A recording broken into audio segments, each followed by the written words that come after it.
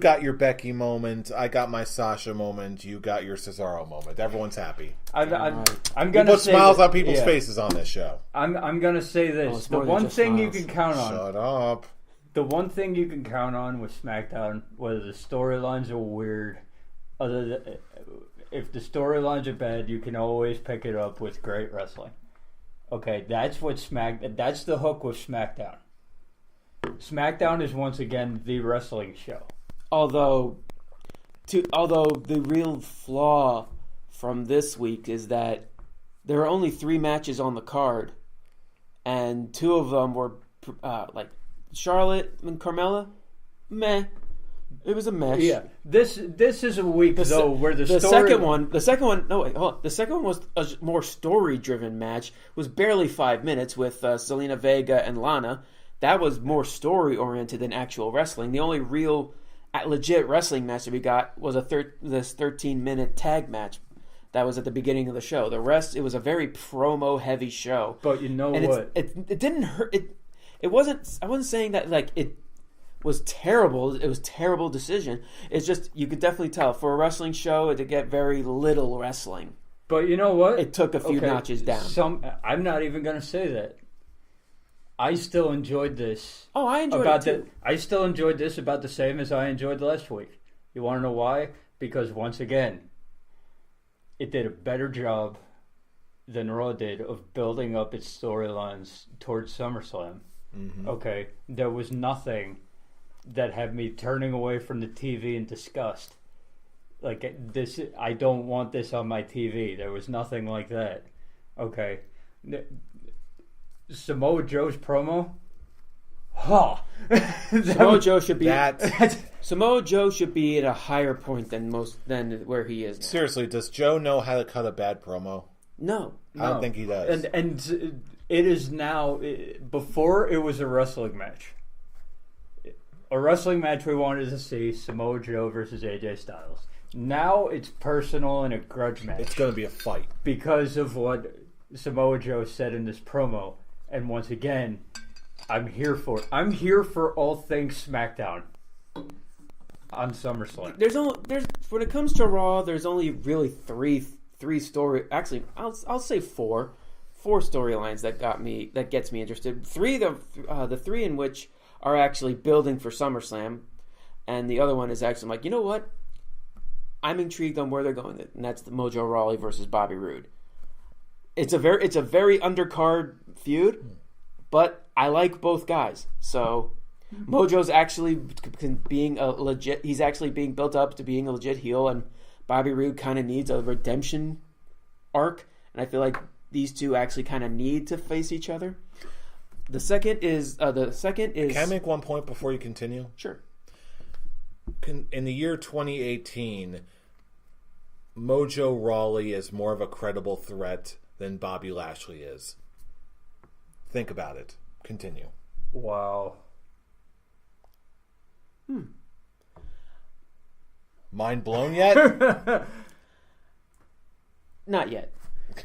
I need more time with that statement. The second one is Braun Strowman versus Kevin Owens. They use that story. The fact that Braun lost by a countout to Jinder Mahal is like, oh, if this happens to Braun at SummerSlam, he loses the briefcase. There's still intrigue there, even though there's you. Third, Seth Rollins and Drew McIntyre. That was a great build, and they build more towards the feud with him and Dolph Ziggler for the Intercontinental Championship. Seth talking about the numbers gain and the fact that it actually is overwhelming him, which is strongly hinting at a return to Dean Ambrose to even the playing field. I'm more than intrigued on that one. And look, we're gonna get Seth Rollins and Dean Ambrose versus Dolph Ziggler and Drew McIntyre. That'll be fun. Yeah, yeah. Shut up and take my money. Yes. And then you have the Brock Lesnar, Roman Reigns. Those are the only things that they're building for SummerSlam, and I'm actually somewhat intrigued.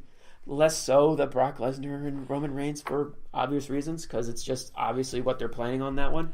But when it comes to SmackDown, it is just constant build for SummerSlam. Everything And is you built really for have, SummerSlam. and you really have no clue what's gonna happen. I feel like the only thing that really happened on this SmackDown that really isn't building to SummerSlam is the Rusev Day angle. Yeah, if anything, that'll be pre-show. Whatever that is. It almost looks like we're going to have a very unpredictable and interesting prediction show and subsequent title defense for SummerSlam. Hey, Brian. It's true. It's true. I couldn't tell you who I'm going to pick between AJ Styles and Samoa Joe right now. I have no idea. For at least the SmackDown side of SummerSlam, I have no idea what's going on. and it's meaning it as a good thing. Yeah. Oh yeah. It's like this. I love the fact that there's pay-per-views where like there's a legitimate shot that I'll be a one defense champion because I have no idea what. It's not like I'm walking in like, I know everything that's gonna fucking happen. Like last year. Last year we basically didn't we all tie For SummerSlam? Yeah. I need to look that up. I have the score. I have the scores on my computer. So in other words, you're taking this as an admittance that your title is in danger. It's never not. Okay. I Anyone just wanna hear you say anyone it. who thinks differently is lying to themselves. Your title is always in danger. Not for my title reign most of the time, but that's hush. that's lying no, to yourself. No, I'm not lying. I'm not lying. I was pretty confident in my title reign, but that's another conversation for another day. But we're talking about SmackDown. Any other thoughts on SmackDown? Daniel Bryan and The Miz. It was great. It was a great build. The crying babies part. The was crying weird. baby part was actually kind of pointless. I felt like that wasn't needed. If they just kept it with the Miz decrying Daniel Bryan's indie background, and Daniel Bryan counteracting it is like, you're never going to be the star that you claim to be. You're not going to be The Rock. You're not even going to be John Cena. Yeah, if that was where the promo left off, it would have been fantastic. It would have been awesome. And then they brought out the crying babies part, and then they got weird. They could have built it even further down the line, even further in their past. They talked about talking smack. It's like, you're not letting that one go, but you can go on to the United States Championship feud. You can go up to their NXT days when he was the Miz was his what did they call them?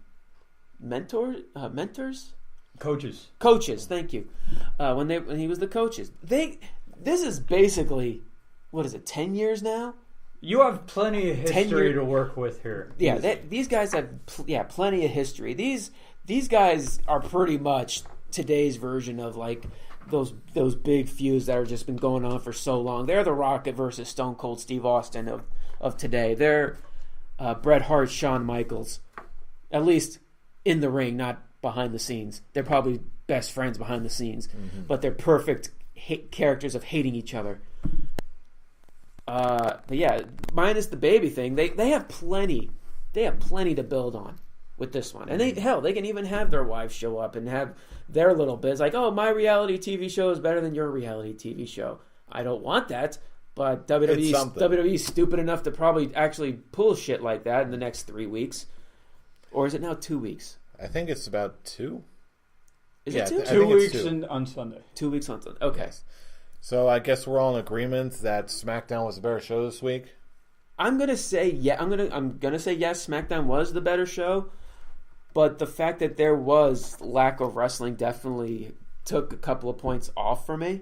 Yeah, it didn't take any points off for me. It was clearly the better show. But even though it was more promos, every promo had a point. Yeah, everything on the show mattered at least a little bit. Mm-hmm. It wasn't, yes, and I'm including Zelina versus Lana in that.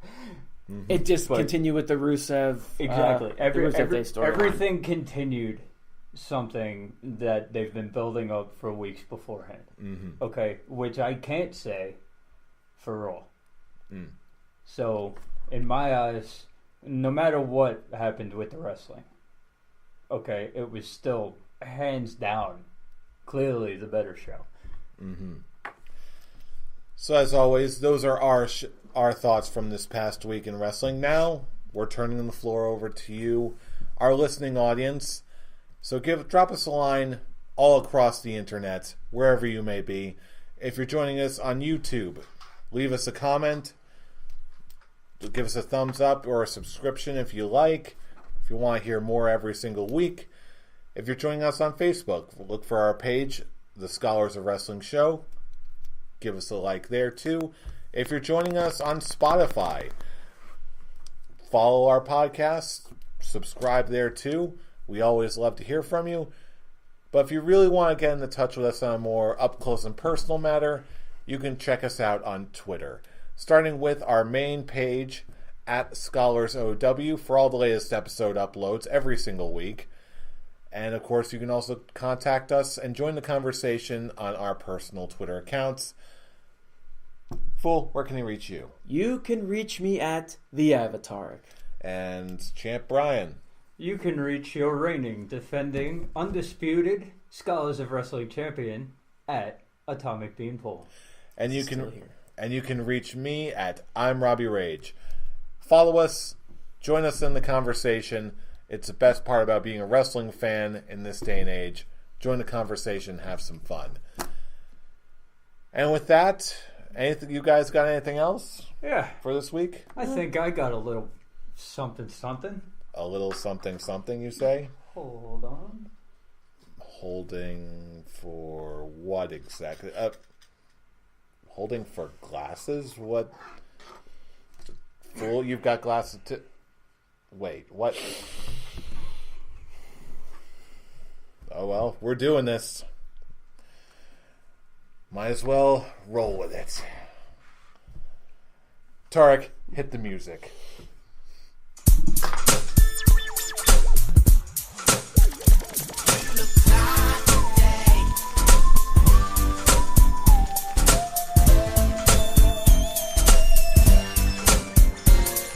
You know who we are. We're the Scholars of Wrestling, and you have just been schooled. You're welcome. See you all next week for the Road to SummerSlam.